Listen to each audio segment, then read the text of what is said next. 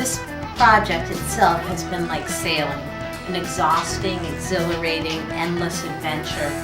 I'm getting thrown about by these paintings. Are they good? Did I lose it? Now it's great. Rocky seas. Great painting is about carefully risking everything, and that is the intensity of sailing. Do we tack now? Do we wait? Can we count on that gust of wind, the sudden swing of the boom, the deathly rip of the spinnaker? And so I am painting. Water crashes over me and I am lost. And then I emerge. And it is calm and beautiful. And if I am lucky, the painting is intact.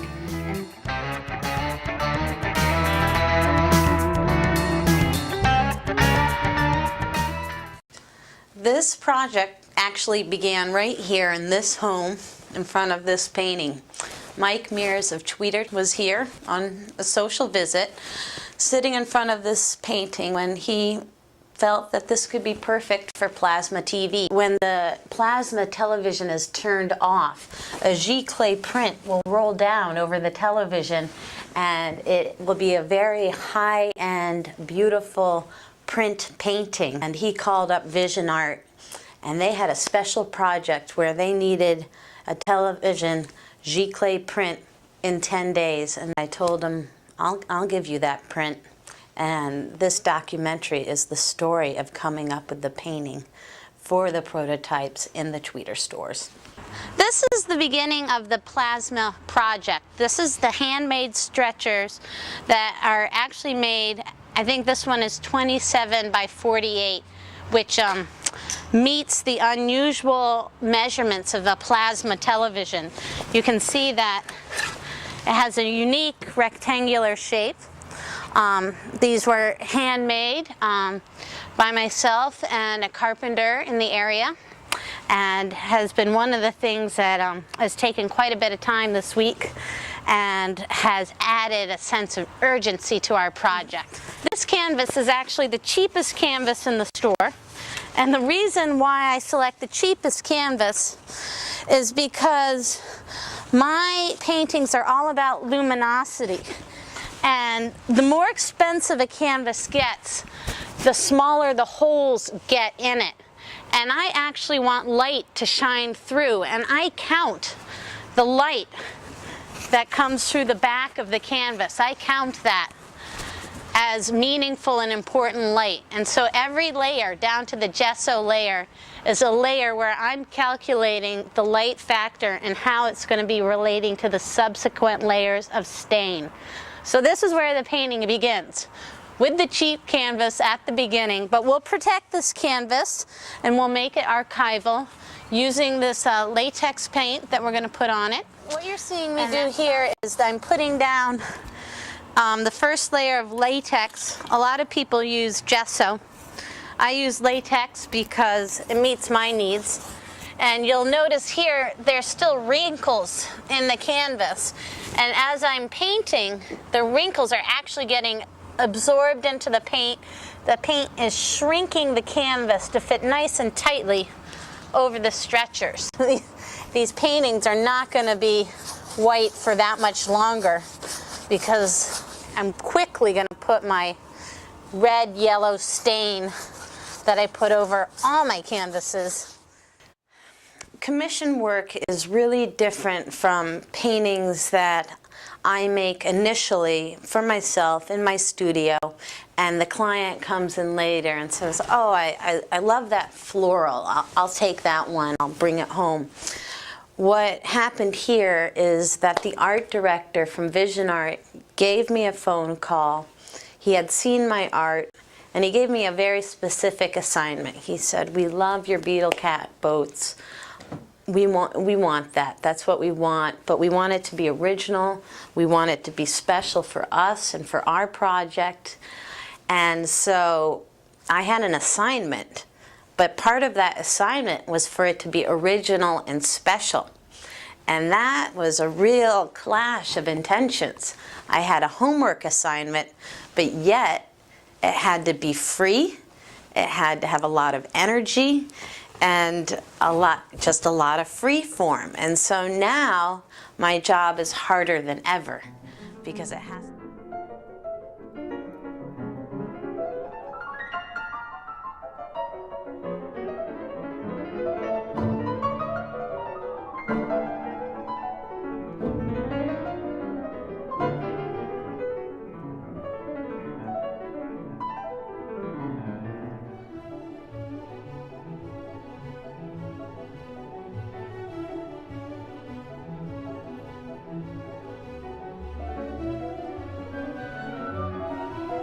I went to the University of Vermont. I studied under an abstract painter from New York, Frank Hewitt. He's no longer with us, but I really value my education I had with Frank because I came to paintings from an abstract place, which makes them unique, because I'm seeing my boats, I'm seeing my houses, I'm seeing my landscapes as squares and triangles and lines, and so they're very strong as paintings. The fact that the lines and the squares and the triangles actually come together and look like a boat in the end, well, that's just wonderful. The 10 paintings in 10 days was part of my strategy because I truly did have fear. I had fear that 10 days would go by and maybe I couldn't produce the painting that was perfect for America. And so my strategy was to go back to what I had known in the past, which is simply show up at the easel every day, all day long. And that meant 10 paintings in 10 days. And so that was my own personal strategy, that simply my endurance and my discipline would yield a good painting. The light is incredibly clear, but yet mysterious. The spectrum of colors is wide. I go from bright, bright whites to the dark purples of the shadows.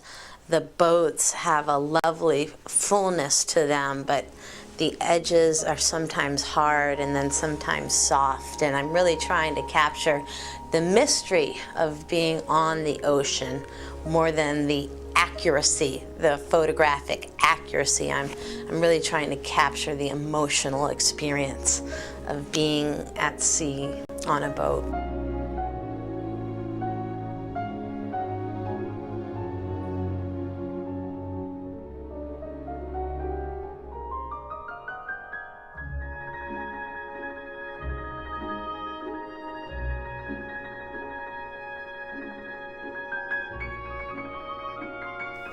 I'm very interested in the blocking of color,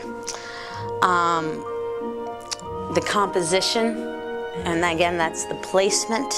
And as you look at these paintings, pay attention to how I'm using the entire space of the canvas. It's not just a single boat out on the horizon. I'm actually energizing the entire space of the canvas.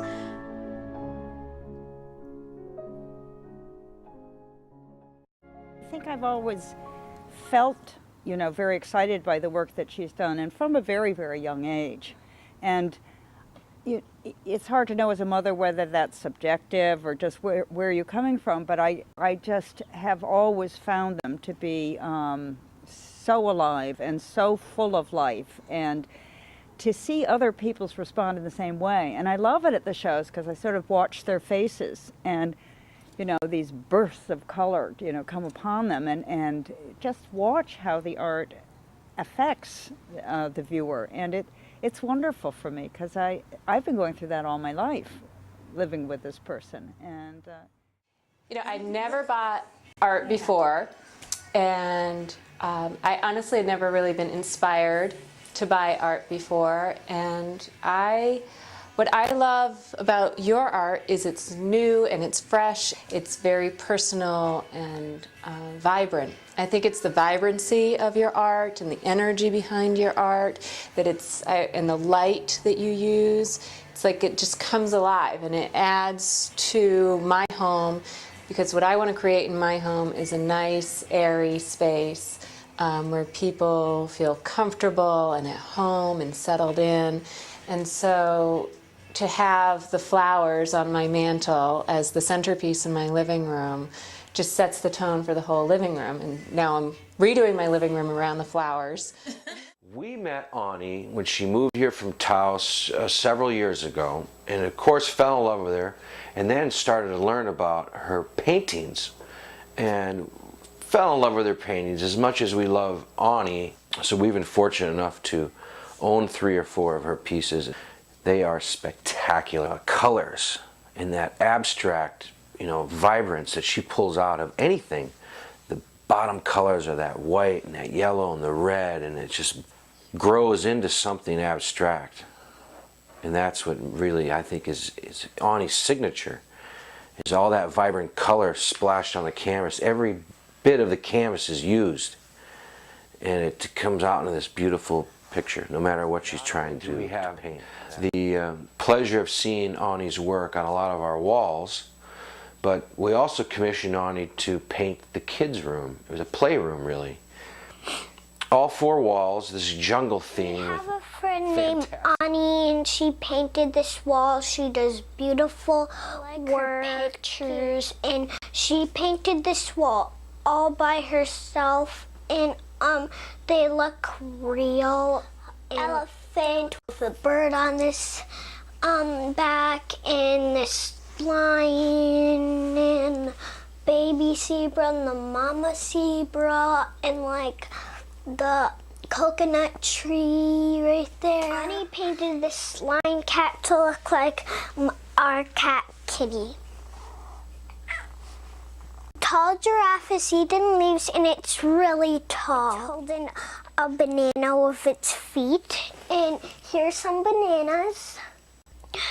The last thing that I want to show you are these parrots in the corner. It's so much fun having a toy room with all these paintings in it, and I like to think about the pictures and animals. 2 years ago, moved from the rural side of Cape Elizabeth to the ocean side of Cape Elizabeth, and have recently renovated a home. And in renovation, you create new spaces. In my case, a lot of space without a lot of art. Have never really thought to invest in art, to understand art, and thanks to Ani, I'm becoming appreciative, knowledgeable. I first saw Ani's work at a trunk party held up in Falmouth. There was a lot of variety and great paintings to view and select from. I actually like the Falmouth Sanctuary. When I look at the painting, I see a change in seasons. I see a lot of fall.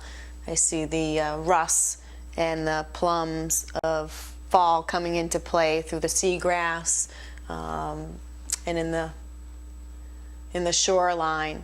And so that's my favorite time of year. Investing in Ani's art is definitely addictive, because what it's captured for me is bringing the outdoors in. And that's why I moved here, because I want to live amongst the sound of the ocean and the buoys making the gongs and the headlight with the flashes in the evening. And it's a small price to pay for, I think, the longevity that I'm going to see with what I'm investing in. And I am very eager to make my next decision, although it's such an important one and she's got so many beautiful pieces. It's a difficult decision, but I feel This film, it actually came to me when I was working on the first stretcher that was being built, and I got a sense of the scope of this project. I realized that 10 paintings in 10 days, not just to be shown at exhibition, but to be ready for America. The 50 stores that this painting is going to be in are 50 stores throughout the United States. And so the pressure was intense to make a perfect painting in 10 days. And I knew that that was a good story. The following slideshow shows the paintings in the order that they were completed. Morning Harbor was my first painting. It's a lovely painting because of the motion of the back boat mixed with the quietness of the resting beetle cat. The orange is also repeated in the woods and in the front water.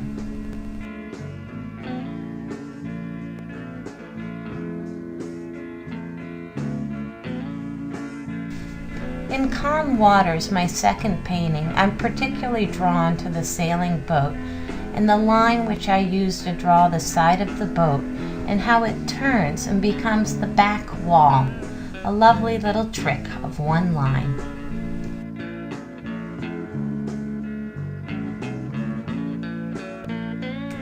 In this third painting, I included rocks, and it's the only painting in the series that does have rocks in the water. And this is a unique trait to the coast of Maine, and therefore a very special painting.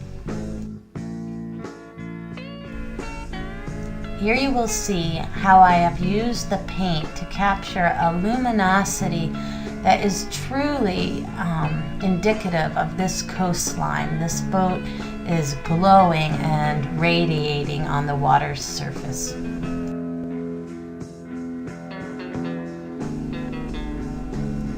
What is most pleasing to me in this painting is the sense of depth as the sails go from bigger to smaller as they go back in the distance. I'm also in love with the children and their life jackets and how the light plays on their t-shirts and their hats. It just brings back warm memories of summer days.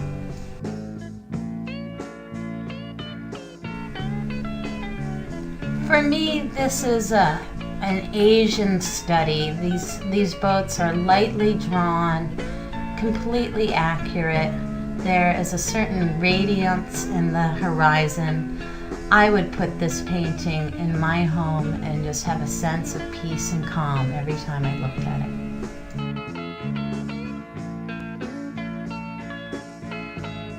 I am pleased with this painting with the sense of how the boat is hurling itself through the water, how the light jets across and hits the back of the sailors on their windbreakers. But most of all, I love how that boom just swings itself right out of the canvas towards the viewer. This is a very dynamic painting.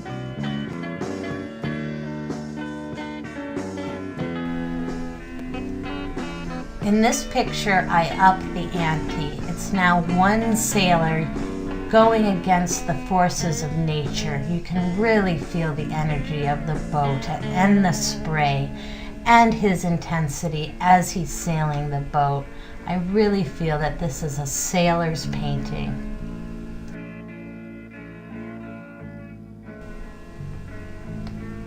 This is my little Cezanne. You can see how I've broken up the color into little blocks of shape. The waves next to the crashing boat all seem very abstract, but the two sailors in their orange slickers perched up on the edge of the boat harness the composition as an island, and all of a sudden it pulls together a lovely study.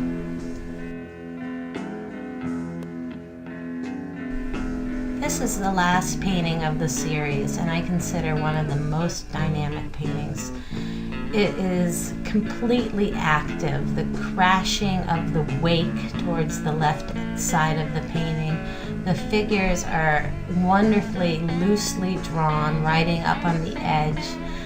The lines of the boat crisscross across the canvas, giving it a very abstract feel as well.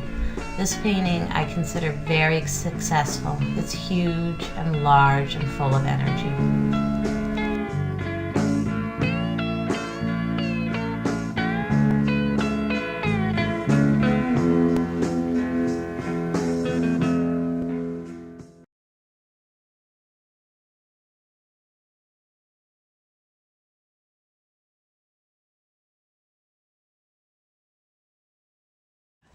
Sometimes life is not easy. If you've ever gone to the hairdressers, the one thing you can't ask a hairdresser to do is to cut your hair longer. Ren Wicks called me up just yesterday, just Friday morning, and he said, we'll take calm waters, but we want more water below the rudder and next to the rudder and above the beam and next to the sailing boat and above the sailing boat.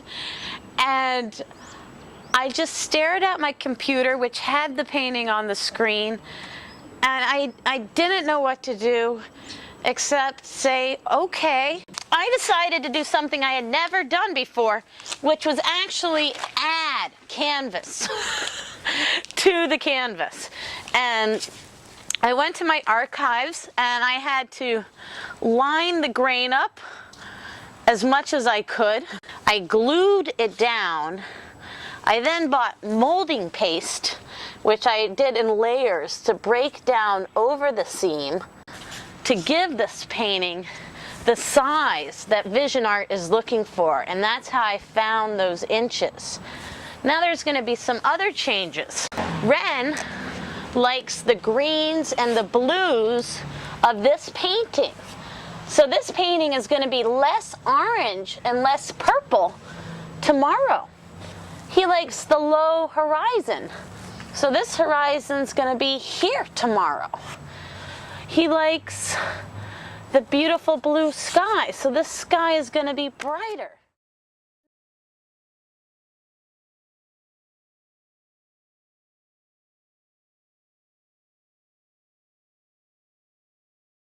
You can imagine hours and hours of work has gone into this. This has been painstakingly achieved because, again, like the rest of the project, it had to be spontaneously achieved. When I added these edges, and you can see in the line where I had to add new canvas, or here's it where I probably added. This was really put together like a Renaissance painting, that every layer, even in the additional canvas, had to be worked up from that red-yellow stain into a purple-orange painting, and then finally into a blue-yellow-green. We're going to superimpose these signatures on the painting for the demonstration models so people can see what it looks like signed.